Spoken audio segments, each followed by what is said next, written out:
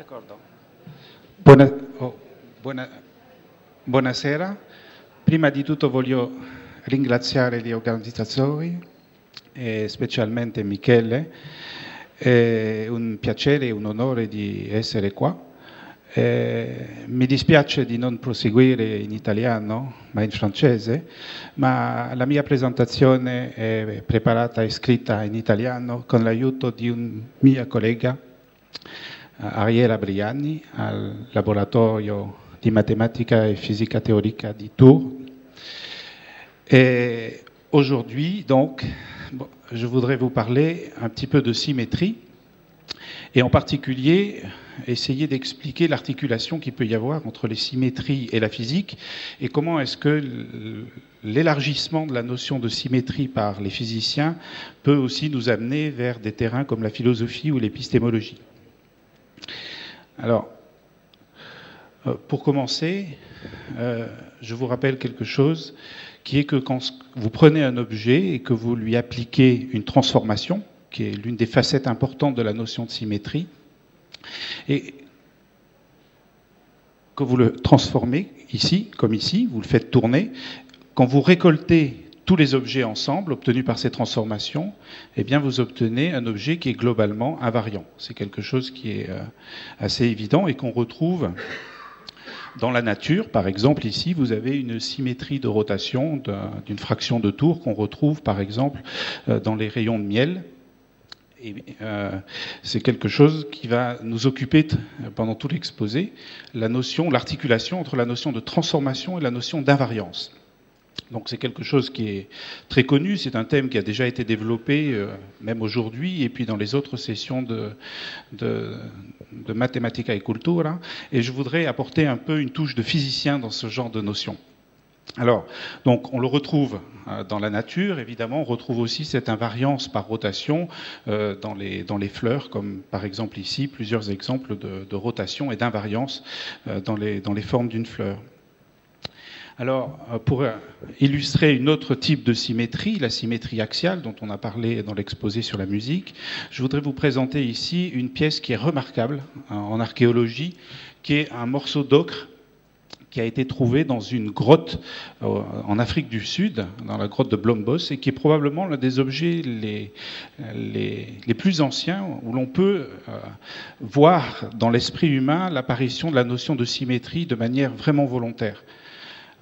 Ici, dans ce morceau d'ocre qui fait 7 cm à peu près et qui date de 75 000 ans, donc 2 fois plus vieux que les peintures rupestres les plus connues comme celle de la grotte Chauvet, pour fixer une idée des durées, eh bien on retrouve évidemment une symétrie de type symétrie axiale et aussi une symétrie de translation qu'on voit tout de suite. On ne sait absolument pas ce que veut dire ce signe et cette frise. On n'a évidemment aucune idée de ce que ça peut représenter. Est-ce que c'est un jeu? Est-ce que c'est quelque chose d'esthétique? Est-ce que c'est pour marquer un rythme? Est-ce que c'est une façon de compter? On ne sait pas. Mais en tout cas, on peut voir que ce genre de schéma n'est absolument pas accidentel et le produit fortuit d'une opération autre. Alors évidemment, ce type d'invariance, on le retrouve en architecture, dans le pont, le château de Chenonceau, qui est pas loin de Tours. Donc évidemment, là, c'est un thème qu'on a déjà rencontré plusieurs fois au cours de différents exposés. Vous retrouvez la symétrie de translation aussi dans les rayons de miel, de la même façon. Et évidemment, dans tous les cristaux, toute la base de la cristallographie, tous les pavages, qui sont des sujets de prédilection dans ce type de conférences, sont évidemment présents dans cet exposé-là. Alors, ce que je voudrais maintenant vous présenter, c'est vous parler un petit peu de physique. Et les physiciens s'appuient, en physique théorique, s'appuient sur des groupes de symétrie, des transformations qui sont beaucoup plus générales que les transformations purement géométriques qu'on a évoquées ici. Alors, toute la physique classique de Newton et de Galilée en arrière-plan, et puis dans la physique beaucoup plus moderne, vous avez la notion de groupe de symétrie beaucoup plus étendue que la symétrie géométrique. Alors on retrouve par exemple dans le groupe de Galilée ou le groupe de Lorentz, on retrouve la notion de translation et de rotation dans l'espace, donc ça c'est les anciennes symétries géométriques dont je viens de parler, mais aussi on commence à toucher au temps, dans les translations dans le temps aussi, et puis les transformations rectilignes uniformes, la fameuse expérience du bateau de Galilée, la description des phénomènes physiques vus de la rive ou vus d'une gondole, par exemple, qui se déplace en mouvement rectiligne uniforme, sont les mêmes. Il y a une notion d'invariance aussi, qui est une transformation qui fait intervenir à la fois l'espace et le temps. Donc ça, c'est la base, par exemple, de la théorie de la relativité restreinte d'Einstein. Et la relativité générale va même encore plus loin, puisqu'elle accepte comme transformation des transformations beaucoup plus générales qui mélangent à la fois l'espace et le temps à travers ce que les mathématiciens appellent des difféomorphismes, qui sont des applications les plus générales possibles, mélangeant dans l'espace-temps. Donc on peut retrouver un peu un aspect géométrique derrière, mais c'est un aspect géométrique en 4 dimensions, l'espace plus le temps. Un autre type de transformation que considèrent les physiciens sont les changements d'échelle. Je ne vais pas insister là-dessus. Quelque chose qui est peut-être un petit peu nouveau, ce sont les transformations qu'on qualifie de transformations de jauge. C'est-à-dire, par exemple, ici, j'illustre la transformation en disant que c'est une rotation dont l'angle de rotation dépend du point et éventuellement peut dépendre du temps aussi. Donc c'est une transformation qu'on qualifie de locale plutôt que globale, qui consisterait à faire tourner l'objet en ensemble. Là, ici, j'ai fait tourner la figure avec des angles différents en fonction du point. Donc ça, c'est une transformation qui joue un rôle crucial dans la physique moderne. Un autre type de transformation aussi, c'est l'équivalent du miroir qui inverse le haut et le bas, par exemple, ou la droite et la gauche. Eh bien, vous avez un miroir temporel que les physiciens utilisent abondamment, qui est le renversement du sens du temps. Autrement dit, vous prenez un film qui décrit un phénomène physique et vous le passez à l'envers. Et se poser les questions de savoir si la physique est invariante ou non par cette transformation est une question qui est très importante. Un autre type de transformation, là on commence vraiment de plus en plus à s'éloigner de la géométrie, c'est la notion en physique des particules de changement de charge électrique. Si vous prenez une loi physique, dont je reviendrai un petit peu tout à l'heure, vous prenez les particules chargées électriquement et vous changez complètement leur signe. Vous changez les plus en moins et les moins en plus, et vous pouvez vous demander si les lois de la physique ou les phénomènes physiques vont être les mêmes ou s'ils sont modifiés, et s'ils sont modifiés, comment. Donc, un exemple typique, c'est prendre tous les électrons, les particules chargées, et les échanger en leur anti-électron qui s'appelle le positron. Et donc, vous avez ici une symétrie matière-antimatière qu'on commence à voir poindre. Un autre exemple qui est crucial lorsqu'on étudie la physique aux petites échelles, c'est de se poser la question de ce qui se passe quand on échange des particules, quand on les permute. Donc là, on est en train de faire plus de l'algèbre que de la géométrie. Vous avez la permutation des particules, qu'elles soient identiques ou non, et on peut se poser la question, et les physiciens se sont posé la question, qu'est-ce qui se passe par exemple quand on veut étudier les propriétés d'un noyau atomique qui est constitué de neutrons et de protons, et quand on échange le rôle joué par les neutrons et les protons. Donc deux particules différentes, mais quand on échange leur rôle, eh bien, on peut se poser aussi la question. Vous voyez, la notion de transformation en physique va beaucoup plus loin qu'une simple transformation géométrique à 3 dimensions dans le plan euclidien. Alors, une fois qu'on accepte ce type de transformation, on va pousser la logique un petit peu plus loin. Alors, dans le sens où, en physique, il n'y a pas que les objets qu'on peut transformer, il y a aussi les lois. Et dans ce transparent, je vais essayer d'expliquer un petit peu sur un exemple simple, qu'est-ce qu'on entend par transformation d'une loi. Alors j'ai pris comme exemple ici l'une des toutes premières lois quantitatives développées par les physiciens, qui est la loi qui donne la période d'un pendule en fonction de la longueur et de l'accélération de la pesanteur. Donc vous avez un objet au bout d'un fil qui oscille avec une période. Et quelle est la loi qui relie la longueur de ce fil à la période P. Et cette loi est donnée par cette formule qui est ici. Alors, si on réfléchit un petit peu, on s'aperçoit que l'existence même d'une loi physique comme celle-là, aussi simple, traduit une forme d'invariance. Alors pour expliquer un petit peu ce que c'est, si on parle de loi même, c'est qu'on va pouvoir l'appliquer à plusieurs systèmes transformés les uns par rapport aux autres. Par exemple, si je prends un pendule et que je multiplie par 4 sa longueur, cette loi me dit que la période va être doublée. Et une façon de reformuler ce que je viens de dire en termes de transformation et d'invariance, c'est de dire je prends la longueur, je la transforme en une longueur LT en la multipliant par 4, je prends la période du pendule, je la multiplie par 2, et la formule qui est là me donne exactement la même forme que la forme précédente, avec les quantités transformées. Et dans ce sens-là, on a vraiment l'expression d'une invariance. Et si on accepte le fait que allonger une longueur ou multiplier par 2 ou dilater par 2 le temps, les transformations précédentes dont j'ai parlé, on est complètement en droit de dire qu'ici on a fait des transformations de symétrie. Alors, ça traduit aussi, ce type de loi, une invariance par le groupe de Galilée, dans le sens où cette loi-là, il y a tout un tas de paramètres dont elle ne dépend pas. Elle ne dépend pas en particulier de le moment où on fait l'expérience. Cette expérience, donc, cette observation qui a été faite par Galilée dans la cathédrale de Pise en regardant les oscillations du pendule du chandelier, là, elle est aussi valable maintenant. Il y a une invariance par translation, une universalité qui se dégage ici. Ça ne dépend pas non plus de l'endroit où on se met sur la Terre, que ce soit à Pise ou à Venise ou à Paris.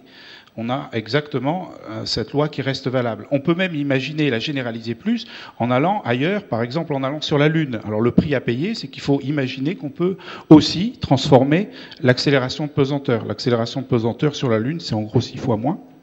Mais la loi qui est ici traduit qu'elle va aussi être valable sur la Lune, à condition d'accepter la transformation de l'accélération de la pesanteur. Donc, il ne faut pas oublier non plus que toute loi physique, et ça souvent même les collègues ont tendance à l'oublier, que toute loi physique doit venir avec un domaine de validité. Là j'ai parlé d'universalité, mais ce qui est universel, c'est la loi plus ses conditions de validité. Évidemment, toute loi a des limitations. Par exemple ici, si je fais certaines transformations vont me conduire à modifier cette loi. Par exemple, si vous commencez à prendre votre pendule et vous augmentez de plus en plus l'angle, la loi qui est là-haut doit être corrigée. L'amplitude n'intervient pas dans cette loi-là, mais si on commence à l'augmenter, elle va finir par intervenir. Il faut modifier la loi. La loi qui est là n'est pas invariante par ce type de transformation si la rotation du pendule, au début, est trop grande. Évidemment, si je plonge l'ensemble dans de l'eau ou dans du miel, dans un liquide beaucoup plus visqueux, par exemple, eh bien, à nouveau, cette loi-là est complètement modifiée. Donc il y a un domaine de validité pour chaque loi physique. Souvent, on ne le connaît pas, mais il faut imaginer qu'il y en a toujours un. Alors ici, tout est sous contrôle. On sait parfaitement quand est-ce que cette loi est valable et jusqu'à quand, quelles sont les conditions. Mais si je vous donne la loi plus les conditions de validité, vous avez vraiment quelque chose de complètement universel, indépendamment de qui le fait, de l'endroit où ça se passe, tant que les conditions de validité ne sont pas violées, évidemment. Donc, ce qu'on vient de dire ici, c'est que si on accepte cette idée de transformation au sens large dont j'ai parlé, que les physiciens utilisent toujours, eh bien, les symétries en physique révèlent justement l'universalité de cette loi. Toujours en tenant compte du domaine de validité. Et ça traduit donc une invariance du système si on le transforme lui-même, c'est-à-dire si je prends le pendule et si je le reconstruis ailleurs. C'est une notion cruciale en sciences expérimentales qui est la notion de reproductibilité d'une loi. Sans reproductibilité, on ne pourrait même pas faire de science.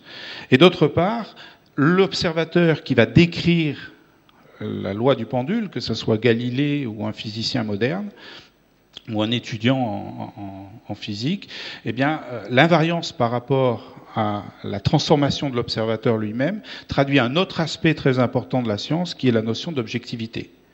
Donc derrière toute cette notion de symétrie et d'invariance, quand on commence à l'étendre aux lois physiques, on s'aperçoit qu'on touche à quelque chose de très profond au point de vue scientifique. La notion de reproductibilité, la notion d'objectivité. Alors, pour renforcer encore plus la notion d'invariance, je voudrais vous parler maintenant de quelque chose qui est lié, on va voir comment, qui relie très fortement la notion d'invariance d'une loi ou d'invariance d'une fonction à la notion de loi de conservation, c'est-à-dire se focalisant sur la notion d'invariance par translation en temps. Et le nœud de ce résultat extrêmement important, ça a été un résultat établi par une mathématicienne, Émy Noether, qui relie directement, qui a établi un théorème extrêmement célèbre et extrêmement important, très très profond, qui relie la notion d'invariance avec la notion de loi de conservation. Alors, que dit le théorème de Noether précisément? Elle vous dit que chaque fois que vous avez un groupe continu de transformation, un groupe de Lie, pour employer un terme technique, eh bien, chaque fois que vous avez un problème d'optimisation, un problème variationnel, invariant par un groupe de Lie continu, et vous avez une quantité conservée. Alors, quand Émy Noether a établi, a travaillé sur ce théorème, elle avait comme motivation d'essayer de comprendre la notion d'invariance en relativité générale, et les physiciens ont eu du mal à comprendre la portée et l'importance de ce phénomène. Déjà parce qu'à l'époque, en 1920, la notion de groupe était quelque chose d'un peu suspect pour les physiciens. Mais il a fallu attendre au moins 1 ou 2 décennies pour que les physiciens s'en emparent et s'aperçoivent de la profondité de ce résultat. Mais je vais vous donner des exemples en physique de l'application de ce théorème de Noether. Alors, on a parlé tout à l'heure de l'invariance par translation en temps. Eh bien, la quantité qui est conservée par le théorème associée à la transformation en temps, donc la notion de reproductibilité d'une loi, est liée à la conservation de l'énergie. Et ça, même dans le grand public, on a une vague idée de ce que c'est qu'une énergie, mais ce que les physiciens retiennent de la notion d'énergie, et elle a été presque au début construite pour ça, c'est qu'elle se conserve. Il n'y a jamais de perte ou de gain d'énergie dans l'absolu, dans un système fermé. Chaque fois que vous avez un système, l'énergie ne peut que se conserver.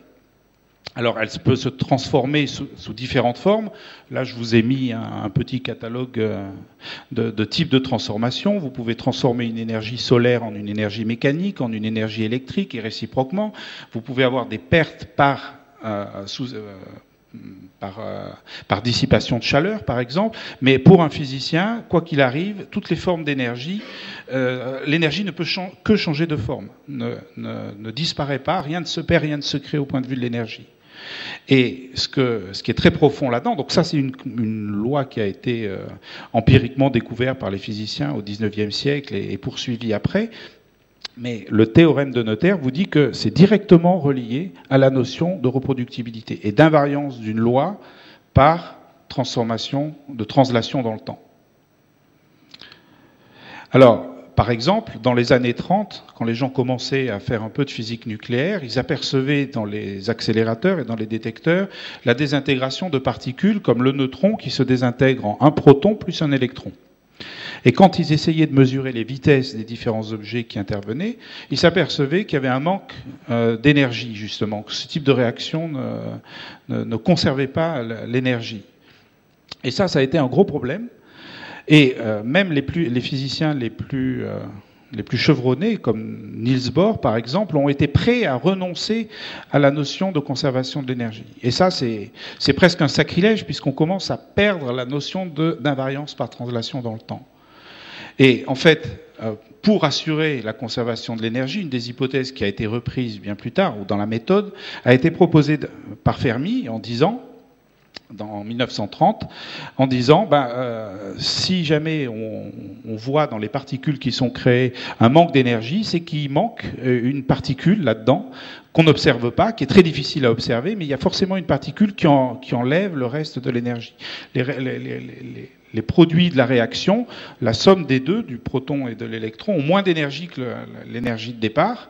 Et Fermi, en 1930, a dit non, ce déficit d'énergie doit se retrouver dans une troisième particule qu'il a appelée le neutrino. Donc le neutrino qui a été détecté bien plus tard, une particule qui est neutre, comme son nom l'indique, qui est toute petite, qui interagit extrêmement peu, il en traverse des milliards de part en part, la Terre est traversée de part en part par des milliards de neutrinos, elle interagit extrêmement faiblement. Il faut beaucoup, beaucoup de neutrinos pour espérer en voir un. Mais à l'époque, on n'avait pas du tout les moyens de les détecter, mais n'empêche que l'hypothèse de Fermi, basée sur la notion importante de conservation d'énergie, a été correcte bien après.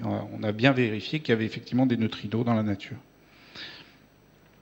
Un autre type d'invariance qui joue un rôle très important, c'est la notion d'invariance par translation dans le temps, dont j'ai parlé. Donc là, c'est la reproductibilité d'un point à un autre de l'espace.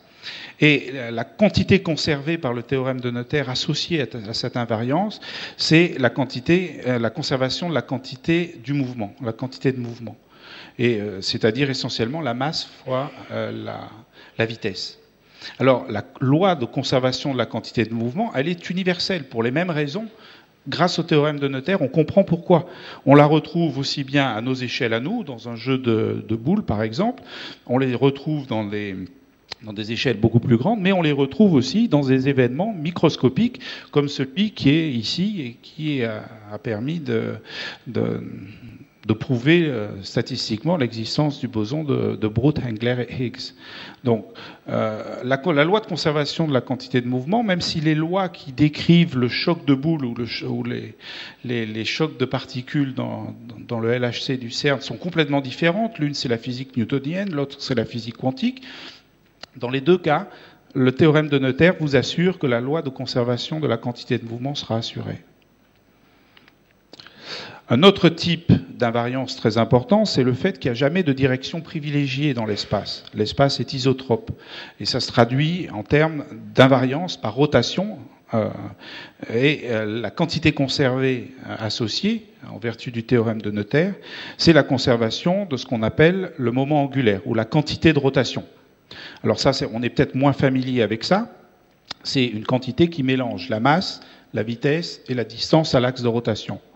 Alors on est moins familier avec ça, sauf si vous faites du patinage, par exemple.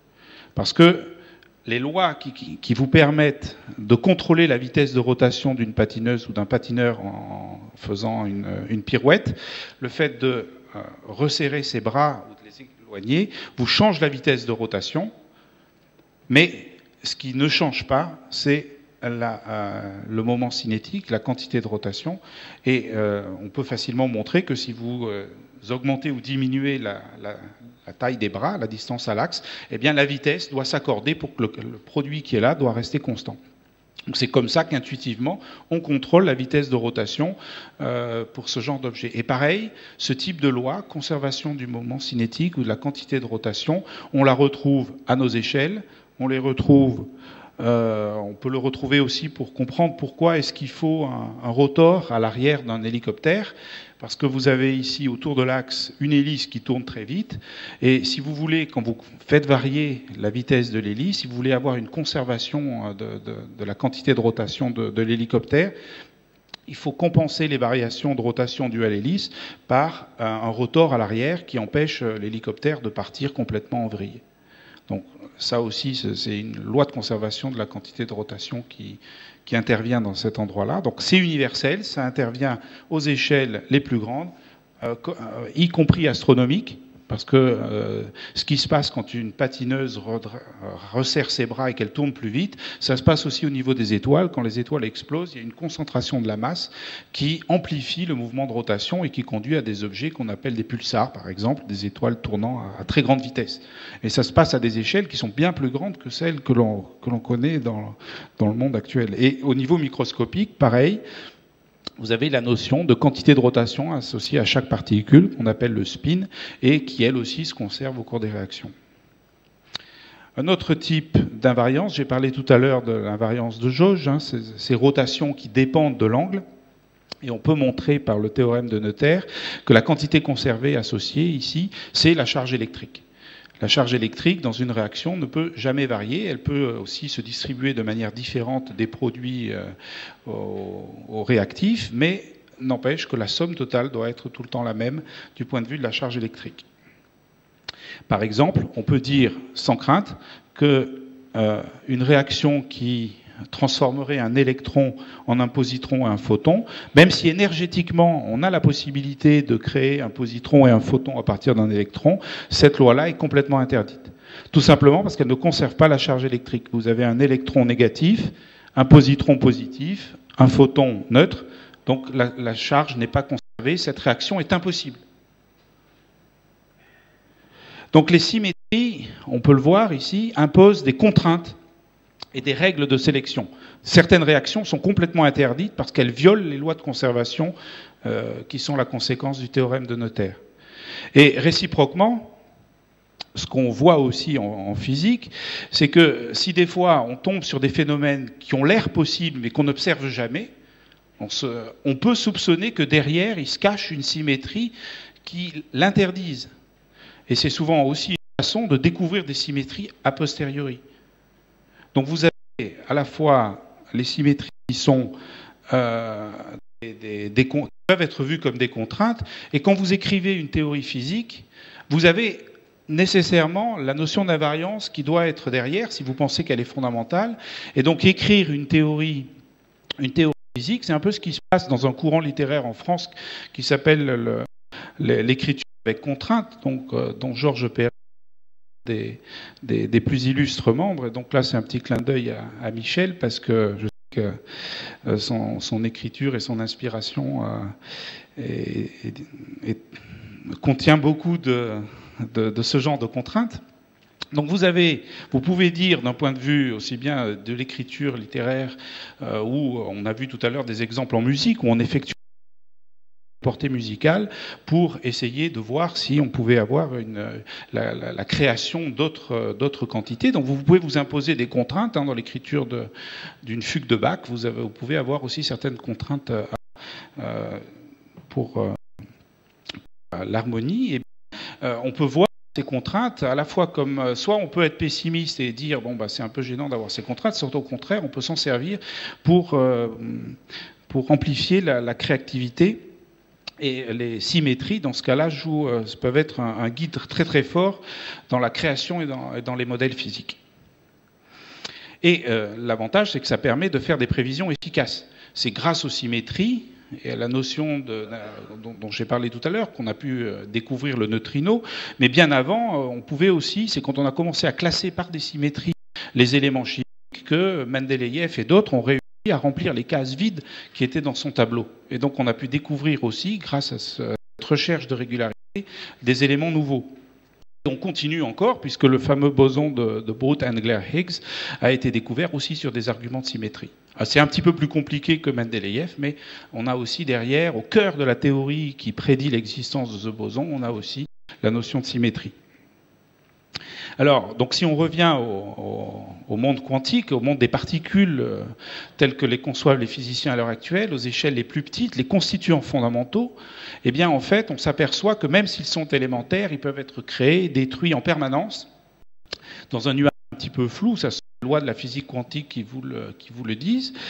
Et justement, les symétries sont le seul squelette sur lequel ces particules s'appuient. Comme le dit Heisenberg, les particules, telles qu'on les conçoivent les physiciens aux échelles les plus basses, elles incarnent les symétries. Dans toutes les réactions de physique quantique qui peuvent se produire au LHC ou dans les accélérateurs, eh bien, la notion de symétrie, la notion de conservation est essentielle pour attribuer une existence à ces particules quantiques. Et si on pousse la logique un petit peu plus loin, par exemple, si on regarde un objet beaucoup plus familier que le boson de Higgs, mais une cerise, par exemple, si on réfléchit, on s'aperçoit qu'on a un peu déjà cette idée-là. Parce que si vous regardez ce que vous appelez une cerise, c'est déjà un objet abstrait. Abstrait au sens étymologique du terme, puisque quand vous parlez d'une cerise, vous ne changez pas de nom chaque fois qu'elle se déforme un tout petit peu, chaque fois qu'elle absorbe des molécules, chaque fois qu'on change d'éclairage sur cette cerise. Vous avez tout un tas de variations et de transformations qui se produisent sur cette cerise sans pourtant changer de nom. Ce que vous faites, c'est vous gardez certains éléments invariants dans tout le flot de tous les éléments qui peuvent se produire. Vous faites une épuration, une simplification chaque fois que vous voulez parler de n'importe quel concept, en fait. Et vous avez ici, on pourrait voir en termes mathématiques, une cerise comme une espèce de classe d'équivalence, modulo les transformations dont j'ai parlé, des transformations physiques. D'accord ? Donc en fait, là on commence à voir qu'on peut aller beaucoup plus loin et on revient à cette notion, une notion essentielle qui est en symétrie, qui est la notion de recherche de simplicité. Quand vous parlez d'une cerise, eh bien vous ne changez pas de nom. Chaque fois que les satellites de Jupiter ont changé, vous avez une kyrielle, une infinité de paramètres dont vous ne tenez pas compte. Vous ne retenez par exemple que un peu la forme, la taille, la couleur, et c'est tout. Tout le reste, vous l'éliminez, un peu comme dans le pendule, le mouvement du pendule, vous avez éliminé tout un tas de facteurs que vous jugez non pertinents, et c'est une des démarches de la science d'essayer de filtrer les paramètres pertinents des paramètres qui ne jouent aucun rôle. Et on revient ici vers une quête de la simplicité. On est obligé, même pour la pensée, de simplifier énormément. Et cette quête de la simplicité, on revient à un aspect esthétique qui est attaché à la notion de symétrie, et donc on retrouve aussi bien en architecture qu'en musique, et la notion d'harmonie. C'est pour ça que je parle ici, lorsque je parle de symétrie, d'une élégante efficacité. Vous avez à la fois l'aspect esthétique et à la fois l'aspect efficace, puisque ça vous permet de faire des prédictions et de décrire le monde tel qu'il est. Voilà. Alors, je voudrais finir par un peu d'auto-publicité. Les réflexions dont j'ai parlé, je les ai développées un petit peu plus dans un article en anglais qui est ici, et en français dans un livre un peu plus développé aussi. Voilà, je vous remercie.